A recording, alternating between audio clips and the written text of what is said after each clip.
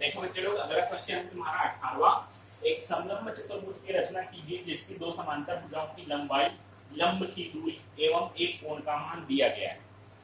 ठीक है, इसका मतलब हमको एक समलंब चतुर्भुज बनाना है जिसमें दो समांतर भुजाओं की लंबाई दी गई है, उनके बीच की दूरी दी गई है और एक कोण का मान दिया गया है। तो सबसे पहले मैं नमूने भी तुमको बताया था, बाजू में एक छोटा सा चित्र बना लिया था। समलंब चतुर्भुज ऐसा कुछ दिखता है। ठीक है, जिसमें क्या होता है, आमने सामने की भुजा क्या रखती है, समांतर रखती है, बराबर नहीं, समांतर रखती है। ठीक है, समझ में आया। अब इसमें हमको नाम दे दो, या नाम नहीं भी दे रहे हो तो समझने के लिए बनाओ। तो हम सामने से दिख रहा है तुमको, एक भुजा बड़ी रहेगी, एक भुजा छोटी रहेगी, तभी ये क्या कहलाएगा, समलंब चतुर्भुज। अगर दोनों भुजा बराबर हो जाएगी तो क्या हो जाएगा, आयत बन जाएगा।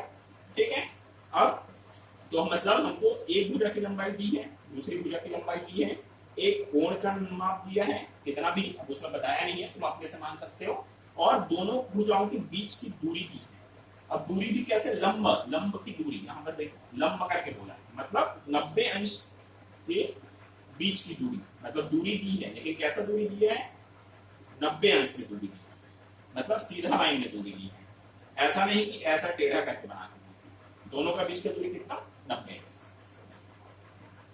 ठीक है, 90 अंश में होना चाहिए दूरी। तो क्या किए, अब सीधी सी बात है, पहले ही बता चुका हूं, इसमें तुमको मानना पड़ेगा।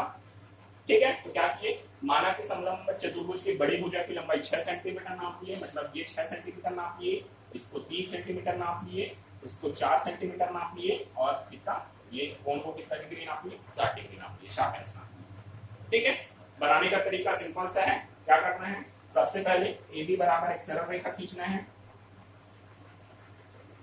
कितना सेंटीमीटर का होना चाहिए, 6 सेंटीमीटर का होना चाहिए।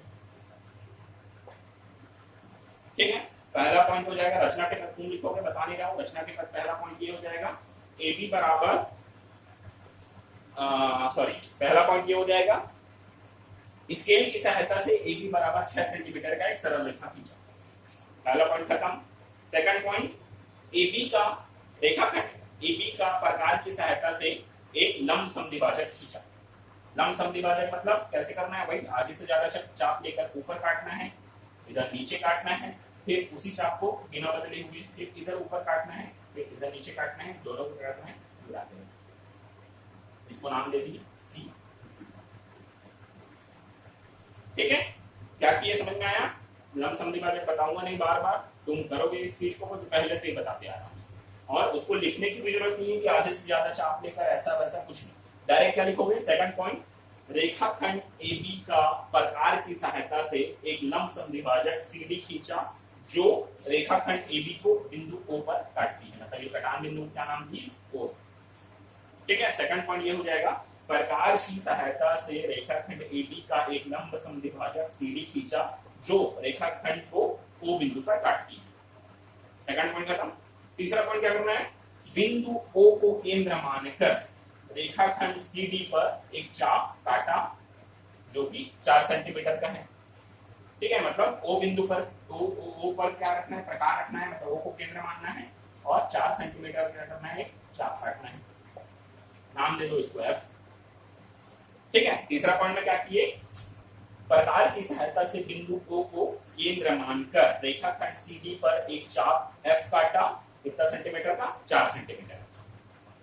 ठीक है, मतलब प्रकार की सहायता से बिंदु O को केंद्र मानकर रेखाखंड CD पर एक 4 सेंटीमीटर का चाप F काटा, F मिल गया हमको।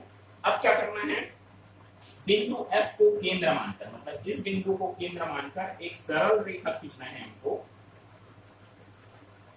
जो कि किसके समानांतर रहना चाहिए, AB के समानांतर रहना चाहिए।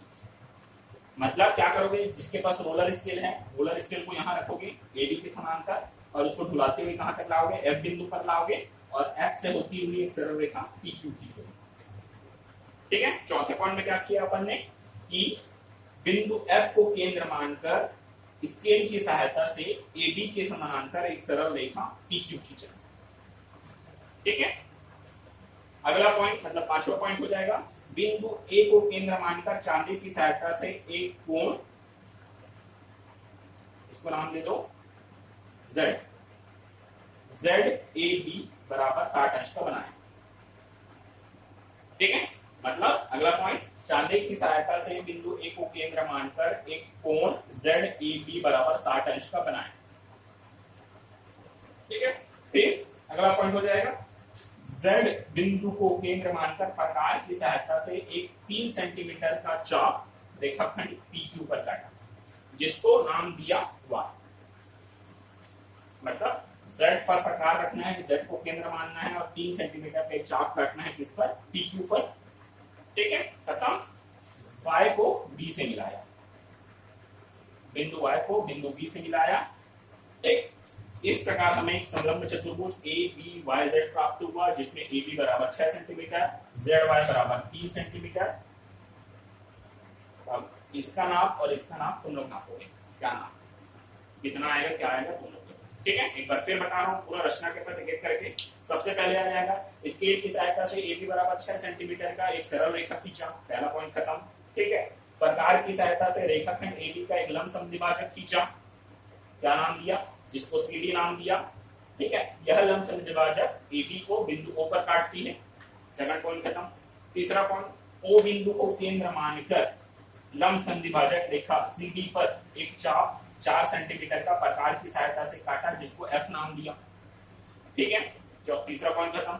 चौथा पॉइंट क्या करना है, बिंदु F से जाती हुई एक सरल रेखा स्केल की सहायता से खींचा, जिसको PQ नाम दिया, जो AB के समानांतर है। मतलब AB के समानांतर F से एक सरल रेखा खींचेंगे। ठीक है, अगला पॉइंट हो जाएगा, चांदे की सहायता से बिंदु A को केंद्र मानकर एक 60 अंश का कोण ZAB बनाया। ठीक है, ZAB बन गया। फिर पांचवा पॉइंट या छठा पॉइंट जो भी बोलो, बिंदु Z को केंद्र मानकर 3 सेंटीमीटर का चाप लेकर रेखाखंड PQ पर काटा, जिसको Y नाम दिया।